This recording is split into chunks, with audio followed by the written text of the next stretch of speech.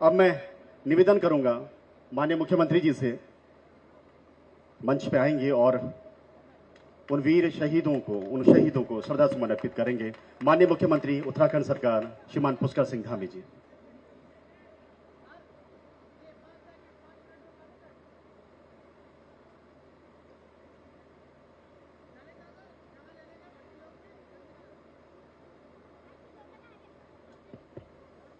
भारत माता की, भारत माता की। राज्य आंदोलनकारी अमर रहें, उत्तराखंड राज्य आंदोलनकारी अमर रहें। रामपुर तिराहा गोलीकांड की आज इस बरसी और शहीदों की स्मृति में आयोजित इस श्रद्धांजलि सभा में मंच पर आसीन उत्तराखंड सरकार के कैबिनेट मंत्री आदरणीय सतपाल महाराज जी, उत्तर प्रदेश सरकार के कैबिनेट मंत्री आदरणीय अनिल कुमार जी, आदरणीय कपिल देव जी, पूर्व सांसद और जिन्होंने मेरे आग्रह पर उत्तराखंड आंदोलनकारियों के मुकदमों की यहां पर पुरजोर पैरवी करके उनको न्याय तक पहुंचाने का काम किया। मेरे मित्र आदरणीय संजीव बालियान जी, भारतीय जनता पार्टी के जिलाध्यक्ष सुधीर सैनी जी, रुड़की विधानसभा के माननीय विधायक प्रदीप बत्रा जी, खानपुर विधानसभा के माननीय विधायक उमेश कुमार शर्मा जी, झबरेड़ा के माननीय विधायक श्री वीरेंद्र जाति जी, श्रीमती मधु भट्ट जी, उपाध्यक्ष साहित्य कला परिषद राजेंद्र अंधवाल जी, शोभाराम प्रजापति जी, अजीत जी, पप्पू शर्मा जी, स्वर्गीय महावीर शर्मा के पुत्र एवं उनके सभी परिवारजन, युगल किशोर पंत जी और यहाँ के जिलाधिकारी, हरिद्वार के जिलाधिकारी, डीएम, एसएसपी और मंच पर आसीन हमारे जिलाध्यक्ष जी और पूर्व विधायक जी और सभी सम्मानित सभी पदाधिकारीगण, हमारे राज्य आंदोलनकारी त्रिलोक भट्ट जी, प्रमोद डोभाल जी, सरोज डिमरी जी, सरोज देवराड़ी जी, ऋषि प्रकाश काला जी, नंदन सिंह रावत जी, विनोद भट्ट जी, बसंत जोशी जी, कमला वसोला जी, भुवनेश्वरी जी, नंदा रावत जी, मालय करासी जी, राजेश्वर गोसाई जी, कृपाल सिंह जी, अगनोसी जी, चौधरी राजेंद्र जी, अमन शर्मा जी एवं समस्त आंदोलनकारी और यहाँ पर उपस्थित हमारे सभी बड़े बुजुर्ग, अब जिनका मैं नाम नहीं ले पाया, वो सब मेष राशि से लेकर मीन राशि तक के उपस्थित सभी मेरे बड़े बुजुर्ग, उपस्थित माताएं, बहनें, सभी मेरे नौजवान साथियों, उपस्थित मीडिया के हमारे सभी मित्र, मैं सबसे पहले तो उत्तराखंड राज्य की प्राप्ति के लिए अपने प्राणों का बलिदान देने वाले अमर बलिदानी स्वर्गीय रविंद्र रावत जी, स्वर्गीय सत्येंद्र चौहान जी, स्वर्गीय गिरीश भद्री जी, स्वर्गीय राजेश लखेड़ा जी, स्वर्गीय सूर्य प्रकाश थपलियाल जी, स्वर्गीय अशोक कैसिव जी एवं स्वर्गीय राजेश नेगी जी को समस्त उत्तराखंड वासियों की ओर से, आप सबकी ओर से भावभीनी श्रद्धांजलि अर्पित करता हूं। साथ ही मैं उन सभी राज्य आंदोलनकारियों को नमन करता हूं जिन्होंने हमारे बेहतर के लिए, बेहतर भविष्य के लिए, अच्छा उत्तराखंड बने ऐसा सपना देखते हुए अपना वर्तमान दांव पर लगाकर उत्तराखंड राज्य के निर्माण में अपना अद्वितीय योगदान दिया। भाइयों बहनों, 2 अक्टूबर 1994 को रामपुर तिराहे पर घटित हुआ गोलीकांड उत्तराखंड राज्य निर्माण के आंदोलन का, उसके इतिहास का सबसे क्रूर और गहरे जख्म देने वाला अध्याय के रूप में अंकित रहेगा। आज भी उस बर्बरतापूर्व गोलीकांड की और महिलाओं की अस्मिता पर किए गए अमानवीय अत्याचारों को याद करके प्रत्येक उत्तराखंड वासी की रूह कांप उठती है। फिर जनता की जिम्मेदारी जिनके कंधों पर थी, उन्होंने हिंसा और बर्बरता की सारी हदें पार कर दी थी। 1 और 2 अक्टूबर की रात को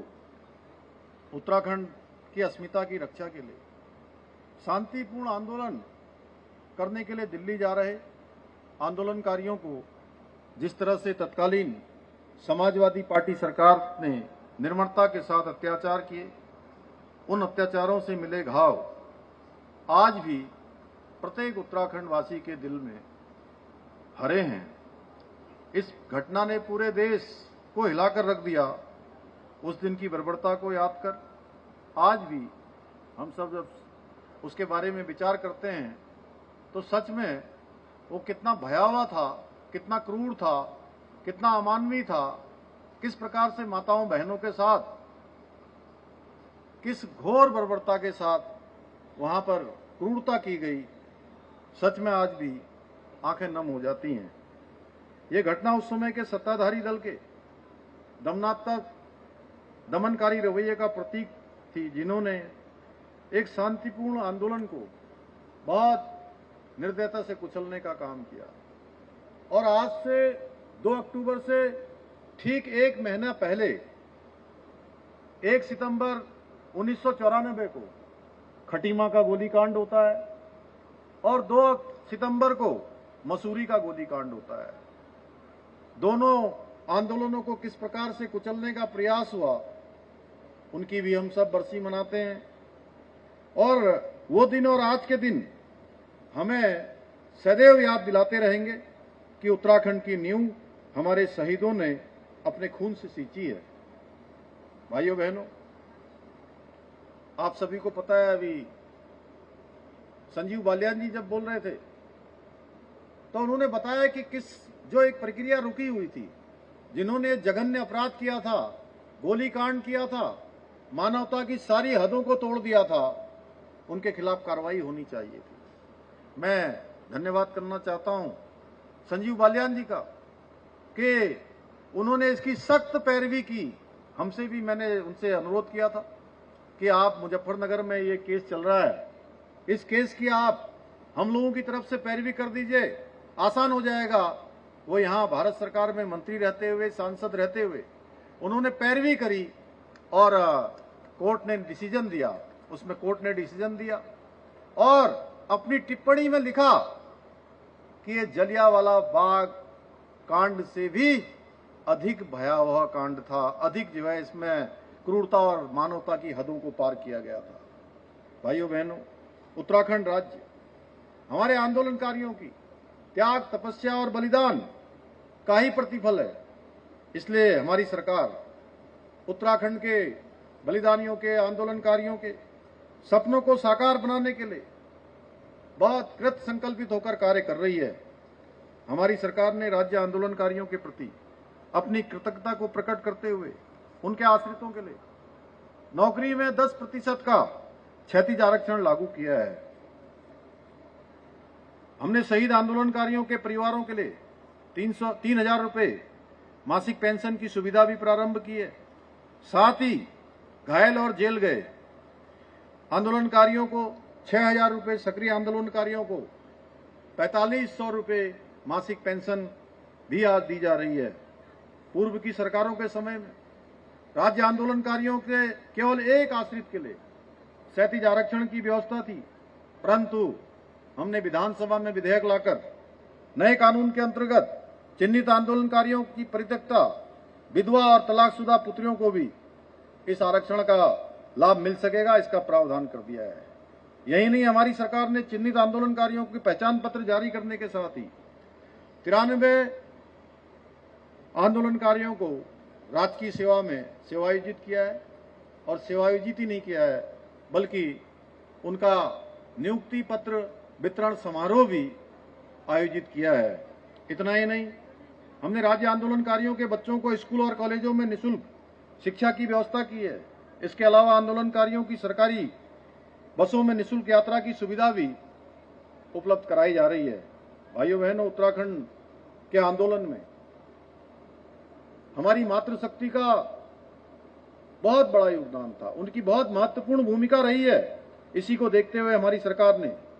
राज्य की मातृशक्ति को सम्मान देने के लिए, उनको नमन करने के लिए उत्तराखंड सरकार की सरकारी नौकरियों में महिलाओं के लिए 30% का क्षैतिज आरक्षण लागू करने का ऐतिहासिक कार्य भी किया है। यही नहीं, हमने रामपुर गोलीकांड के समय इस क्षेत्र के लोगों के द्वारा जो हमारे राज्य आंदोलनकारियों की मदद के लिए किए गए योगदान की, उसको चिरस्थायी बनाने के लिए हमेशा आने वाली पीढ़ियों के स्मरण में रहे कि मुजफ्फरनगर के लोगों ने, निवासियों ने, यहाँ के स्थानीय लोगों ने किस प्रकार से आगे बढ़कर हमारे इस आंदोलन को आगे बढ़ाया, किस प्रकार से हमारी बहनें, माताएं उस आंदोलन में जब उनके साथ अमानवीय व्यवहार हो रहा था, किस प्रकार उन्होंने मदद की, गोलीकांड के बाद किस प्रकार से यहाँ सहायता करी। इसलिए रामपुर, सिसोना, मेघपुर और बागोवाली में जन मिलन केंद्रों का निर्माण भी कराया है। इसके साथ ही शहीद स्मारक हेतु अपनी भूमि दान करने वाले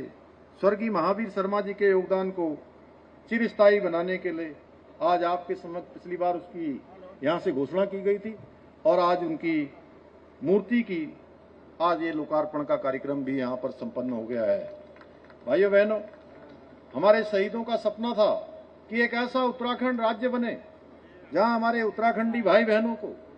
सभी को समान अधिकार प्राप्त हो, सम्मान हो, जहां हमारी संस्कृति, भाषा और परंपराओं का संरक्षण हो, जहां हर व्यक्ति को समान अवसर मिले, चाहे कोई किसी पंथ का हो, किसी धर्म का हो, किसी समुदाय का हो, किसी भी वर्ग का हो। इसी उद्देश्य से हमारी सरकार ने हमारे सब बलिदानियों, आंदोलनकारियों, उनकी भावना और उनके सपनों के अनुरूप उत्तराखंड राज्य में समान नागरिक संहिता का कानून लागू कर दिया और जो सभी नागरिकों के लिए समान अधिकार और कर्तव्य सुनिश्चित करेगा, वहीं प्रदेश के युवाओं को पूर्ण पारदर्शिता के साथ समान अवसर उपलब्ध कराने के लिए देश का सबसे कठोर नकल विरोधी कानून भी लागू किया है, जिसके परिणाम स्वरूप पिछले 4 वर्षों में 25,000 से अधिक युवाओं ने सरकारी नौकरियां पाने में सफलता प्राप्त की है, जो अपने आप में एक रिकॉर्ड है। राज्य स्थापना के 20 सालों में ये संख्या जहां 15,000 के आसपास भी थी, लेकिन इन 4 सालों का आप अगर खाका उठाकर देखेंगे तो ये 25,000 के आंकड़े को पार कर गया है। भाइयों बहनों, एक पृथक राज्य की परिकल्पना ने हमारे प्रदेश की डेमोग्राफी को संरक्षित रखने की और देवभूमि के मूल अस्तित्व को बचाने की चिंता भी हमारे बलिदानियों की थी। हमारी सरकार देवभूमि की डेमोग्राफी को बनाए रखने के लिए पूरे संकल्प के साथ काम कर रही है, पूरी प्रतिबद्धता के साथ काम कर रही है। जहां हमने प्रदेश में एक सख्त धर्मांतरण रोधी कानून, एक दंगा रोधी कानून, लैंड जिहाद, लव जिहाद और थूक जिहाद जैसे कुकृतियों को रोकने के लिए भी सख्त कार्रवाई की है। आपने देखा होगा, लैंड जिहाद माफिया प्रदेश में अपना हरा, नीला, पीला कपड़ा डालकर हमारी बेकीमती जमीनों को लगातार उन पर कब्जा कर रहे थे। हमने प्रदेश में इस सुनियोजित लैंड जिहाद के खिलाफ, इस अतिक्रमण के खिलाफ, इस अवैध कब्जों के खिलाफ निर्णायक कार्रवाई प्रारंभ की और अभी तक 9,000 एकड़ से भी अधिक सरकारी भूमि को हमने लैंड जिहादियों से मुक्त कराया है। यही नहीं, हमने करीब 550 के करीब अवैध रूप से बनी हुई मजारों को भी ध्वस्त किया है। वहीं वन भूमि पर अतिक्रमण करके बनाई गई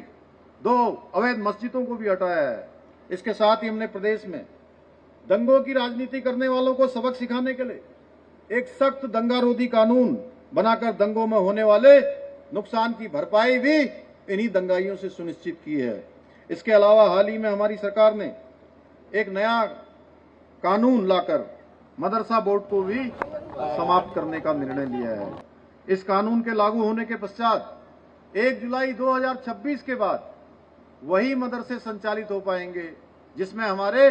सरकारी बोर्ड के द्वारा जो निर्धारित पाठ्यक्रम है वो निर्धारित पाठ्यक्रम पढ़ाया जाएगा। अन्यथा 1 जुलाई 2026 के बाद ऐसे मदरसों को बंद कर दिया जाएगा। यही नहीं, हमारी सरकार ने राज्य में अवैध रूप से संचालित लगभग 250 से अधिक मदरसों को भी बंद करवाया है। हमारा प्रयास है कि राज्य में शिक्षा के मंदिर स्थापित हों, जहां तय मानकों के अनुरूप गुणवत्तापूर्ण शिक्षा दी जाए, न कि शिक्षा के नाम पर बच्चों को 500 साल पुरानी कबीलाई मानसिकता की ओर धकेला जाए। इसके अतिरिक्त हमारी सरकार ने सनातन संस्कृति को बदनाम करने वाले, धर्म की प्राप्ति के लिए, पुण्य की प्राप्ति के लिए ऐसे धार्मिक लोग जो देवभूमि उत्तराखंड आते हैं, उनके धर्म के मार्ग पर अवरोध बनने का काम करने वाले ऐसे पाखंडी जो छद्म वेश धारण करके तमाम लोगों को ठगने का काम करते हैं, धार्मिक भावनाओं से खेलने का काम करते हैं, उनकी भावनाओं को आहत करने का काम करते हैं, उनके खिलाफ भी हमने ऑपरेशन कालनेमी चलाकर ऐसे लोगों के खिलाफ भी सख्त कार्रवाई हमने सुनिश्चित की है। भाइयों बहनों, आप सभी भली भांति जानते हैं, पहले के समय में भ्रष्टाचार के मामले में केवल छोटे कर्मचारियों को पकड़कर खाना पूर्ति की जाती थी और भ्रष्टाचार के बारे में एक ऐसी धारणा बन गई थी कि छोटी छोटी मछलियों को पकड़ा जाता है, बड़ी मछलियों पर हाथ नहीं डाला जाता है। हमने ये धारणा भी बदलने का काम किया है। अब छोटी मछलियां हो, बड़ी मछलियां हो या भ्रष्टाचारी रूपी बड़े मगरमच्छ हैं, कोई भी अगर अब भ्रष्टाचार में लिप्त पाया जाएगा, अपने कर्तव्यों में निर्वहन करने में लापरवाही बरतेगा तो उसके खिलाफ सख्त कार्रवाई की जाएगी। भ्रष्टाचारियों पर जीरो टॉलरेंस की नीतियों की कार्रवाई की हमने और प्रदेश के इतिहास में पहली बार आईएएस, पीसीएस स्तर के अधिकारियों सहित पिछले 3 वर्षों में भ्रष्टाचार में लिप्त 200 से अधिक लोगों को जेल की सलाखों के पीछे पहुंचाने का काम हुआ है। आज के इस अवसर पर मैं यहां के निवासियों का भी हृदय से आभार व्यक्त करना चाहूंगा, क्योंकि एक तरफ जब उस समय की तानाशाही सपा सरकार द्वारा आंदोलनकारियों पर अत्याचार किया जा रहा था और उस समय यहां के स्थानीय निवासियों ने जिस प्रकार बढ़ चढ़कर आंदोलनकारियों को संरक्षण देने का काम किया था, उनकी मदद की थी। भाइयों बहनों, हमारी सरकार उत्तराखंड आंदोलनकारियों के सपनों का उत्तराखंड बनाने के लिए अपने विकल्प रहित संकल्प के साथ काम कर रही है। मैं आप सभी को विश्वास दिलाता हूं कि जब तक हमारा ये संकल्प पूरा नहीं हो जाता है तब तक हम चैन से नहीं बैठेंगे, आराम से नहीं बैठेंगे। हर कीमत पर उत्तराखंड देश के श्रेष्ठ राज्यों में से एक राज्य बने, उसके लिए हमारा संकल्प और हमारे प्रयास लगातार जारी रहेंगे। इसी के साथ यहां पर कुछ घोषणाएं मैं आज के अवसर पर करना चाहता हूं, जैसे कि रामपुर तिराहा शहीद स्थल का रीडेवलपमेंट एक मास्टर प्लान यहां का बनाया जाएगा, उसके लिए उत्तराखंड सरकार काम करेगी। संग्रहालय की भव्यता प्रदान करने हेतु यहां पर काम होगा। स्मारक पर एक कैंटीन बने, इसके लिए भी हमारा संस्कृति विभाग इसके लिए काम करेगा। उत्तराखंड की जो सरकारी बसें हैं वो यहां पर रुकें, इसको आकर देखें और आने वाली जो हमारी पीढ़ियां हैं वो उनके स्मरण में आए कि उत्तराखंड राज्य प्राप्ति के लिए मुजफ्फरनगर रामपुर तिराहा पर कितना बड़ा गोलीकांड हुआ, किस प्रकार से लोगों ने अपनी शहादत दी, किस प्रकार से अपना बलिदान दिया, कितना संघर्ष उन्होंने किया। भाइयों बहनों, इसी विश्वास के साथ मैं एक बार फिर से रामपुर तिराहा गोलीकांड के सभी अमर बलिदानियों को नमन करता हूं और आज विजयदशमी का पर्व भी है। मैं आप सभी को विजयदशमी पर्व की भी बधाई देता हूं। साथ ही आज महात्मा गांधी जी की जयंती है, लाल बहादुर शास्त्री जी की जयंती है, उनको भी मैं नमन करता हूं। आप सबका धन्यवाद करता हूं और अपनी बात समाप्त करता हूं। बहुत बहुत धन्यवाद माननीय मुख्यमंत्री जी। मैं जला हुआ राख नहीं अमरदीप हूं जो